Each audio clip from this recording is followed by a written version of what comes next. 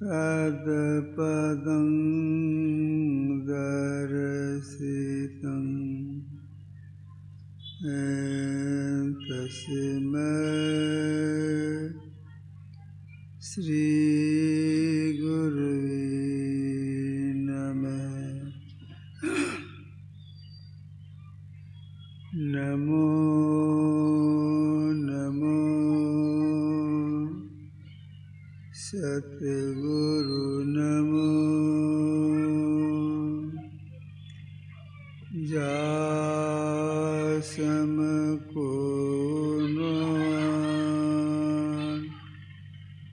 परम पुरुष होते अधिक गावे संत सुजान। धन्य धन्य सतगुरु सुखदाय महिमा कही न जाय। जो कछु कहो तुमरी कृपा मोते कछु न बसा।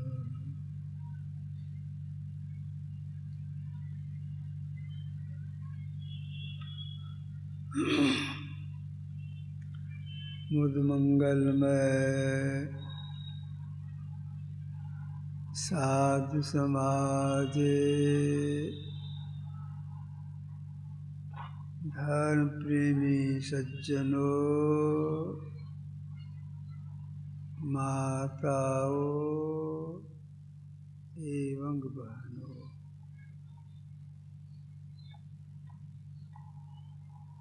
सत्संग शब्द इतना उत्तम शब्द है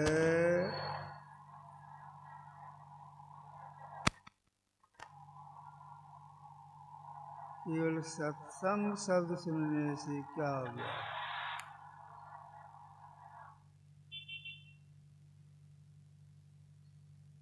केवल सत्संग शब्द सुनने से जीव का उत्थान होता है।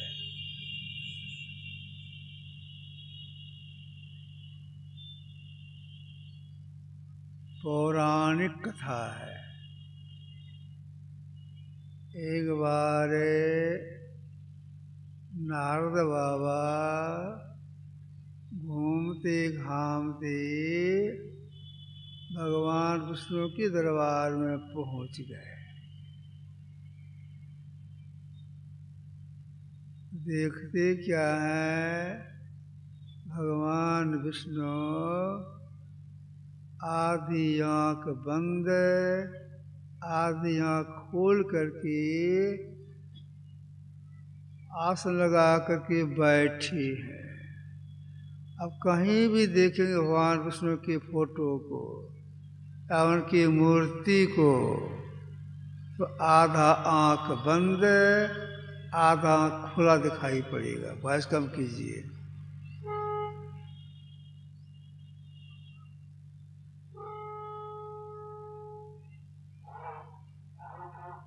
माइक को बंद रखिए, उधर हेलो मत कीजिए।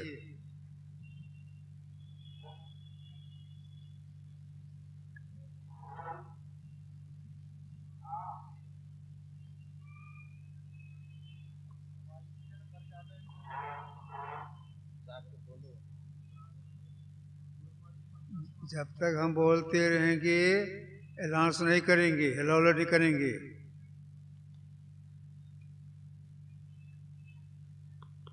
हाँ, मैं कह रहा था नारद जी वहाँ गए तो देखते क्या है, भगवान विष्णु आसन लगा के बैठे हैं। आधी आंख खुली है आधी आंख बंद है।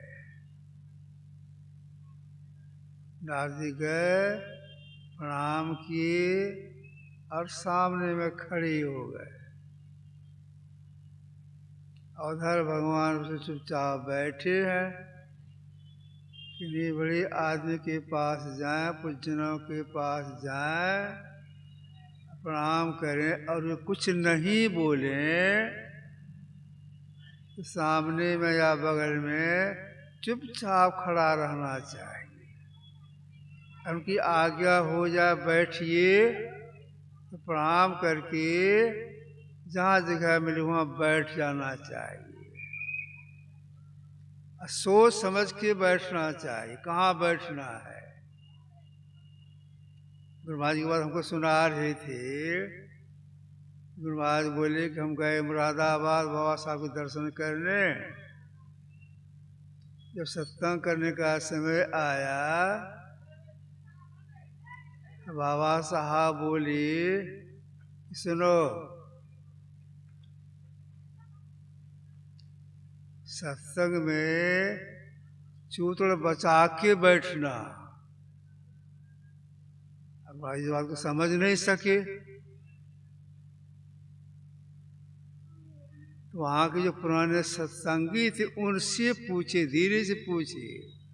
हम इस बात समझे नहीं क्या बोले बाबा साहब। बोले कि चूतड़ बचा के बैठना, इसका क्या माने हुआ। और पूछे वहाँ के सत्संगी से, वे बोले आप नहीं समझे। आजकल उनके सत्संग में पादरी लोग भी आते हैं सुनने के लिए, इसीलिए आपको बोले आगे में मत बैठना। आगे में वही लोग आएंगे तो वही लोग बैठेंगे। और समझ गए। तो गुरु आज बोले जब हम समझ गए तो सबसे पीछे जाके बैठे। इसके बाद पादरी लोग आई, वे लोग आगे बैठ गए।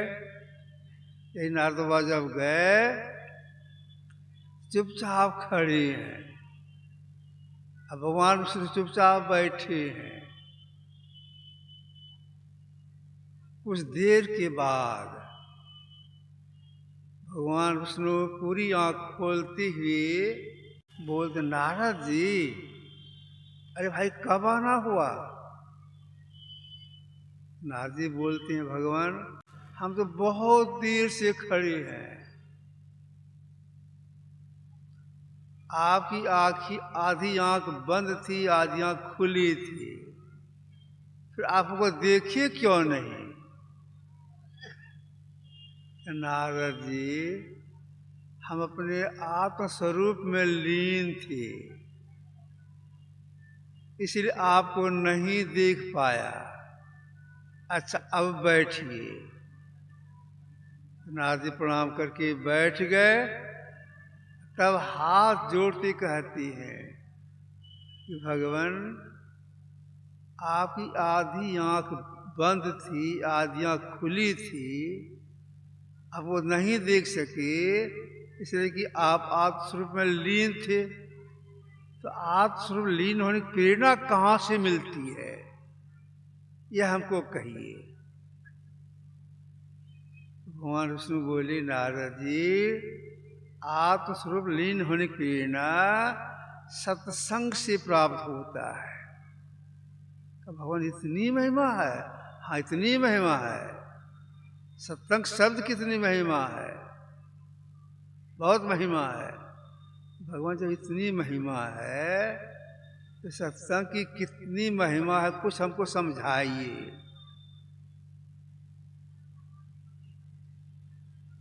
भगवान विष्णु बोले आप सत्संग की महिमा जानना चाहते हैं तो हाँ ठीक है, आप यहाँ से सीधे पूरब की ओर जाइए सीधा। वहाँ एक नदी है, नदी का नाम है तुंगभद्रा नदी। तुंगभद्रा नदी। वहाँ एक बट वृक्ष है, उस वृक्ष के पास आप जाएंगे, जो सबसे पहले आपकी नजर में आ जाए कोई भी प्राणी, उससे आप पूछेंगे कि सत्संग की क्या महिमा है, वह बताएगा। अच्छा भगवान प्रणाम किए और सीधे चल दिए पूरब की ओर। चलते चलते तुंगभद्रा नदी किनारे पहुंचे। बट वृक्ष था वहां पर, वहां गए। अगर इधर उधर देखते हैं, ऊपर नीचे देखते हैं, कहीं कोई नजर नहीं आ रहा है।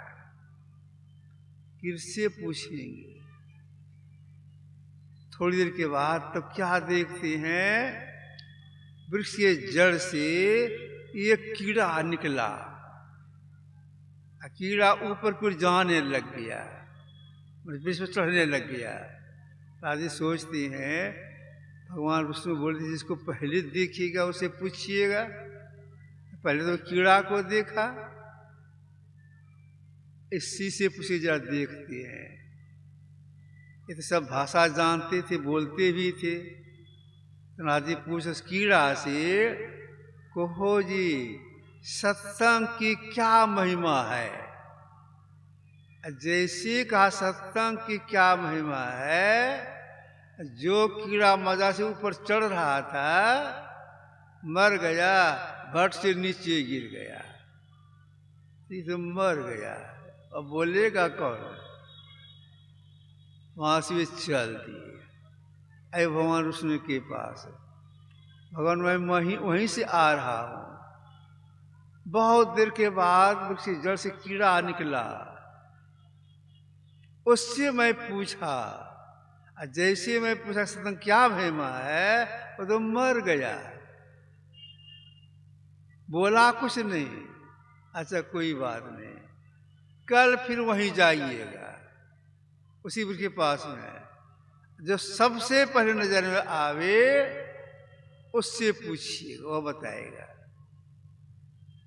दूसरे दिन फिर वहीं पर गए। जैसे गए देखते क्या है, उस वृक्ष के ऊपरी डाल पर एक हंस बैठा है।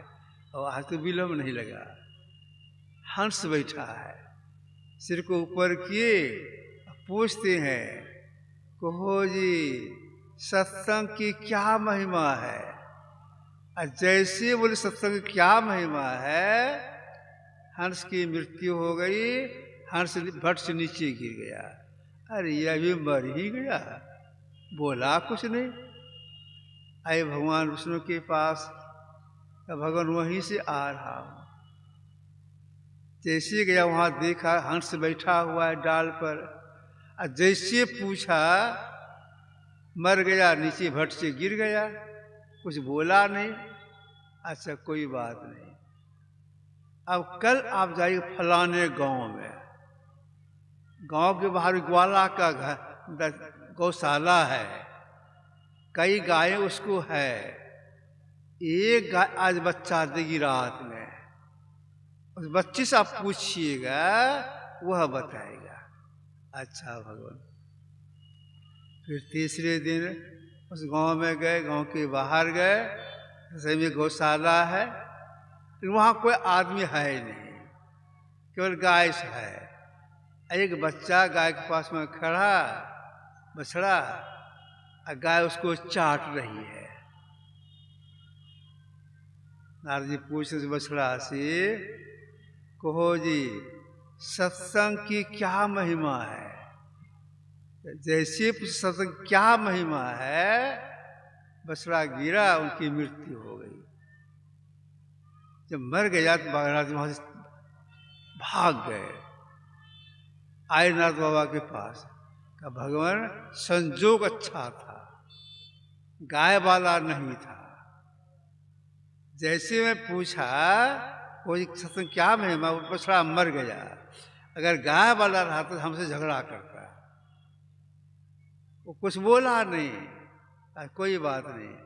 अब कल आप जाइएगा, फलाना गांव में राजा का घर है, आज रात में एक राजकुमार का जन्म होगा, या वॉइस कम कर दीजिए, उससे पूछिएगा, वह बता देगा। तो भगवान जहां आप भेज रहे हैं, अगर राजकुमार मर जाएगा तब क्या होगा? हमको तो मारपीट लगेगा, बच्चों को मार दिया। नहीं नहीं, वो मरेगा नहीं, जाइएगा नहीं। अब चौथे दिन चले राज दरबार की ओर। और सोचते जा रहे हैं, अगर राजकुमार मर जाएगा तब क्या होगा, कितना फेरा पड़ेगा हमको, क्या करें। हमको जानना है कि सत्संग क्या महिमा है। सोचते सोचते राजा के यहाँ गए, राजा से जाके भेंट किए। कहा सुन, आपके यहाँ किसी बच्चे की जन्म हुआ है? हाँ, जन्म हुआ है रात में। हमसे एक बात पूछना चाहते हैं। पूछ सकते हैं आप साधु महात्मा है, लेकिन ये व्यवस्था, एक व्यवस्था करनी पड़ेगी। तो क्या व्यवस्था ये है, उस बच्चे को उस कमरे में सुलाइए जिस कमरे में 2 दरवाजा हो। एक घुसने वाला, उसके घुसेंगे, एक पीछे से, अगर मर जाएगा तो पीछे भाग भी जाएंगे। तो ठीक है, व्यवस्था हो जाएगी। एक व्यवस्था और करना पड़ेगा। कहिए क्या कर दें? वहाँ कोई आदमी रहे नहीं। कोई देखा हल्ला करेगा, बच्चा मर गया, बच्चा मर गया। कोई आदमी वहाँ पर नहीं रहे, कोई माँ बहन नहीं रहे। यह व्यवस्था भी हो जाएगी। तुरंत जाकर व्यवस्था कर दिए। अच्छा, अब जाइए। अब नारद जी चले, उनके आंगन में गए। बच्चा तो है कमरे में। सीढ़ी पर चढ़े, बरामदे पर जैसे पैर रखे, भीतर से आवाज आती है, वही बच्चा बोलता है, नारद जी, अरे अब तक आपको ज्ञान नहीं हुआ है कि सत्संग क्या महिमा है? कि हमको अभी तक ज्ञान नहीं, सत्संग क्या महिमा है। सुनिए, आप पहले दिन जहाँ गए थे, एक कीड़ा से आपने पूछा, कीड़ा ने जैसे सुना सत्संग शब्द, वह शरीर का छूटा। फिर दूसरे दिन आप गए और शरीर कीड़ा से छूटा, चला गया हंस शरीर में। अब दूसरे दिन गए, हंस से पूछा सत्संग क्या महिमा, उसे जीवात्मा निकला, चला गया बछड़ा शरीर में। तीसरे दिन आप गए, बछड़ी पूछा तो क्या महिमा है, शरीर छूटा, वही राजकुमार मैं हूँ। यही सत्संग की महिमा है। समझ गए? अब सत्संग शब्द इतना उत्तम है, उत्थान की जीव को उत्थान की ओर ले जाता है। यही बात शंकराचार्य ने कहा था। आज शंकराचार्य ने सत्संगत्वे निसंगत्वं, निसंगत्वे निर्मोहत्वं, निर्मोहत्वे निश्चलितत्वं, निश्चलित जीवन मुक्त। सत्संगति से हो जाता नर विश्व से निसंग, फिर व्यामोह हो जाता सर्वत्र असंग। मोह विगत होते ही होता मन निश्चलता युक्त, निश्चलता आत हुआ हो जाता जीवन मुक्त। जितने भी बड़े बड़े महापुरुष हो गए, सब केवल पद के अधिकारी कैसे बने? सत्संग के प्रभाव से। तुलसीदास महाराज ने लिखा है, असुर सुर नाग